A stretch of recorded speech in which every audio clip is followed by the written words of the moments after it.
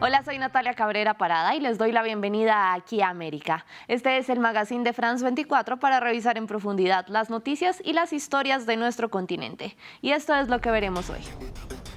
Al menos 50 muertos dejan las protestas en Perú. Se trata de seguidores del expresidente Pedro Castillo que se han enfrentado a la policía antidisturbios. Una delegación de la Comisión Interamericana de Derechos Humanos viajó al país para verificar la situación, en la que tanto ciudadanos como uniformados han fallecido. Y vamos a hablar también de Brasil, donde seguidores de Jair Bolsonaro asaltaron las sedes de los tres poderes en Brasilia. ¿Suena familiar? Les mostramos las similitudes con el asalto al Capitolio por parte de seguidores de Donald Trump en 2021. Y visitaremos Ciudad de México, donde se reunieron los jefes de Estado y de Gobierno de los tres países de Norteamérica. La cumbre de los Three Amigos reconcilió a México con Estados Unidos y logró acuerdos entre Canadá, la Unión Americana y México en materia de economía, migración y lucha contra las drogas, después del boicot que Andrés Manuel López Obrador le hizo a la Cumbre de las Américas en Los Ángeles en junio de 2022, hace 7 meses. Nuestra historia principal está en Perú, que sigue encendido en protestas, especialmente en el sur del país, cerca a la frontera con Bolivia, donde esta semana se registró el día más mortífero desde que iniciaron las manifestaciones en diciembre, con 18 víctimas mortales en enfrentamientos entre los policías antidisturbios y los manifestantes. Ya son casi 50 muertos en estas circunstancias. El epicentro de los choques está en la localidad de Juliaca, pero también se vivieron en Cusco, la puerta de entrada al turístico Machu Picchu, donde están las emblemáticas ruinas incas.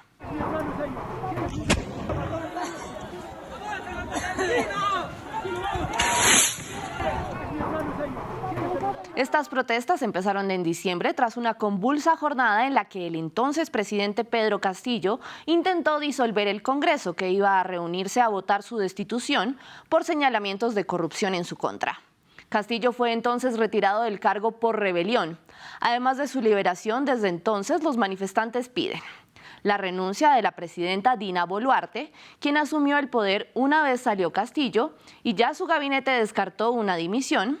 También piden que se disuelva el Congreso, elecciones anticipadas que ya fueron movidas de 2026 a abril de 2024, y ahora le suman, por supuesto, el reclamo por justicia para los fallecidos, en medio de estos choques entre policías antidisturbios y manifestantes. El Congreso, por su parte, aprobó la creación de una comisión especial que va a investigar estas muertes. Asimismo, llegó una delegación de la Comisión Interamericana de Derechos Humanos que investiga las violaciones a los derechos fundamentales en el marco de estas manifestaciones. Pero escuchemos a las personas que protestan. Las banderas negras de nuestro pueblo significan de que el gobierno usurpador ha asesinado al pueblo. Y empezaron a disparar, a quemarropa, a quien sea que pase. El jovencito que ha muerto no era un protestante, él estaba pasando. Se ha asomado y es vecino, él se ha asomado nada más y de frente le ha caído el arma de fuego, le ha caído acá. Señora Dina Boluarte, dése cuenta que le están utilizando. ¿Por qué usted está dando la espalda al pueblo? Son tantas muertes, por Dios. Paren con toda esta masacre. No es justo. Yo sé que la gente que está saliendo a protestar es gente que está indignada como yo. Y no nos estén terruqueando, que no somos terrucos.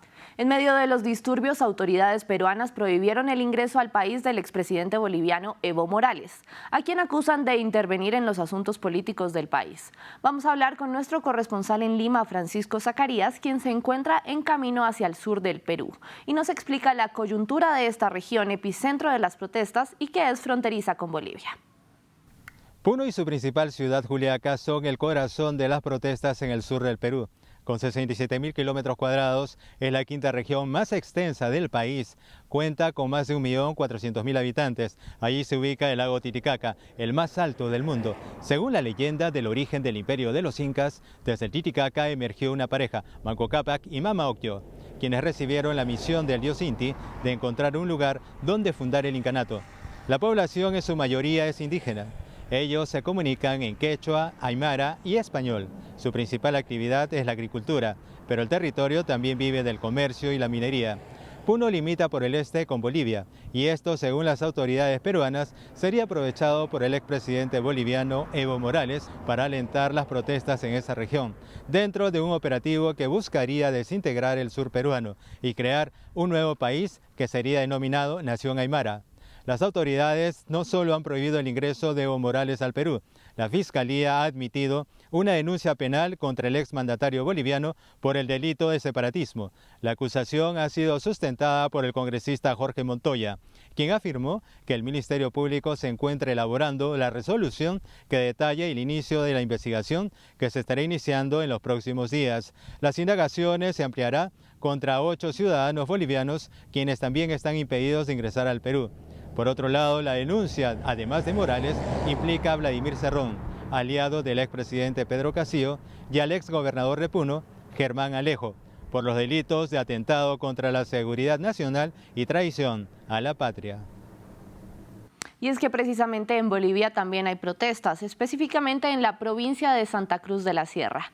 Allí los manifestantes exigen la liberación de Luis Fernando Camacho, el gobernador opositor que fue detenido acusado de terrorismo en el marco del proceso de la crisis de 2019, cuando justamente Evo Morales fue obligado a renunciar tras perder el apoyo del ejército por postularse a la reelección, a pesar de que había perdido un referendo en el que los bolivianos dijeron que no podía aspirar nuevamente al cargo. Y nos vamos a Brasil, que también vive días convulsos. Seguidores de Jair Bolsonaro asaltaron las sedes de los 3 poderes en Brasilia. Los bolsonaristas invadieron el Congreso, la Presidencia y el Tribunal Supremo de Justicia para pedir una intervención militar y la renuncia de Luis Ignacio Lula da Silva, quien ganó las elecciones presidenciales de octubre y asumió el poder el 1 de enero. La custodia de la ciudad estaba en manos de la policía militar, por lo que el presidente anunció una purga dentro de esta institución que anunció colaboró con los asaltantes. Escuchemos sus palabras. Es importante decir que hubo muchos cómplices entre la policía militar. Hubo muchas personas de las Fuerzas Armadas que fueron cómplices. Estoy convencido de que la puerta del palacio se abrió para permitir la entrada de estas personas, porque no vi que la puerta estuviera rota. Es decir, significa que alguien facilitó su entrada. Vamos a investigar a ver qué ha pasado. Las imágenes de Brasil son impactantes, pero algunos podemos hallar la similitud con otras que ya hemos visto anteriormente, durante la toma del Capitolio en Washington el 6 de enero de 2021. Además de las fechas similares, hay varias coincidencias, como en los 2 expresidentes que no reconocieron sus derrotas electorales. Veamos el informe de Luis Muñoz. En la izquierda, Brasilia, y en la derecha, Washington. Son 2 imágenes que pasarán a la historia, similares en forma y fondo, siendo el primer evento de la actualidad internacional de su respectivo año. Brasil, 2023, la toma de los edificios del Poder Judicial, Legislativo y Ejecutivo, mientras que Estados Unidos, en 2021, y la toma del Capitolio. En los 2 países, 2 líderes de extrema derecha derrotados, con simpatía mutua. De hecho, el expresidente de Brasil, Jair Bolsonaro, apoyó a los manifestantes de Washington y hasta tuvo un emisario allí. Lo analizó en France 24 Darío Pignotti. El que está encargado de los vínculos internacionales, Eduardo Bolsonaro, siguió defendiendo hasta el último momento no solo que no se conociera la victoria de Lula, sino que se hiciera algo parecido a lo que ocurrió en el Capitolio. Por lo demás, Eduardo Bolsonaro estuvo en Washington. Antes de los sucesos, arengas de los 2 mandatarios y rechazo público del resultado electoral. Los movimientos populares actuales son el resultado de la indignación y un sentimiento de injusticia sobre cómo se llevó a cabo el proceso electoral. Para usar un término que a todos ustedes les guste, detendremos el robo. Ni Trump ni Bolsonaro acudieron a la proclamación presidencial de sus rivales electorales. Y después de las tomas de los manifestantes, si bien Trump optó por el silencio, Bolsonaro hizo una tímida condena en Twitter. Esto mientras sonaba el ruido de la condena de la comunidad internacional. En Estados Unidos se suceden las investigaciones y juicios con el expresidente Donald Trump en el centro. En Brasil ya se anunciaron pesquisas, también con el expresidente Jair Bolsonaro señalado. La justicia tendrá la última palabra. Y vamos a México para revisar la imagen de la semana. Los jefes de Estado y de Gobierno de los países de Norteamérica se reunieron en la cumbre de los Three Amigos. El primer ministro de Canadá, Justin Trudeau, el presidente estadounidense Joe Biden y el mexicano Andrés Manuel López Obrador anunciaron acuerdos en 3 asuntos cruciales para sus relaciones. Estos son la migración, donde anunciaron el lanzamiento de una plataforma digital donde los migrantes, antes de iniciar la travesía hacia el norte, deberán primero averiguar si califican para un programa disponible, postularse y recibir una autorización de viaje. Si no lo hacen, serán expulsados de manera inmediata de cualquiera de los 3 países.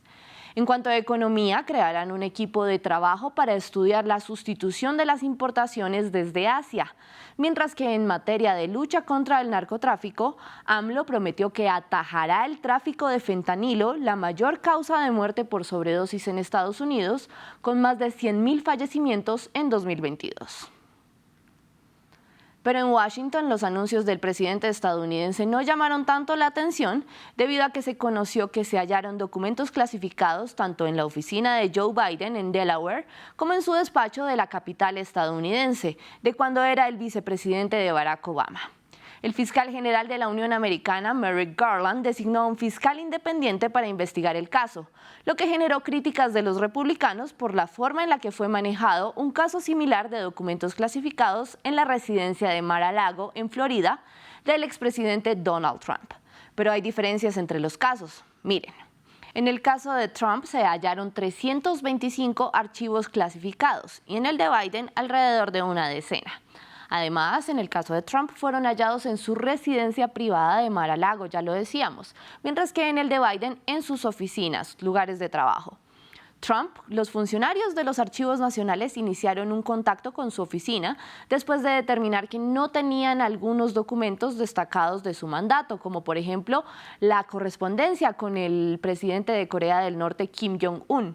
Al no obtener colaboración fue que allanaron su residencia, mientras que el equipo de Biden los entregó voluntariamente. Hasta aquí esta emisión de Aquí América. Gracias por acompañarme en la primera de 2023. Por favor, envíenme sus comentarios en redes sociales a la dirección que ven en su pantalla. En la producción estuvo Giovanni Agudelo. Pueden ver esta emisión y las anteriores en nuestra página web france24.com. Y para más información de nuestro continente, sigan viendo France 24.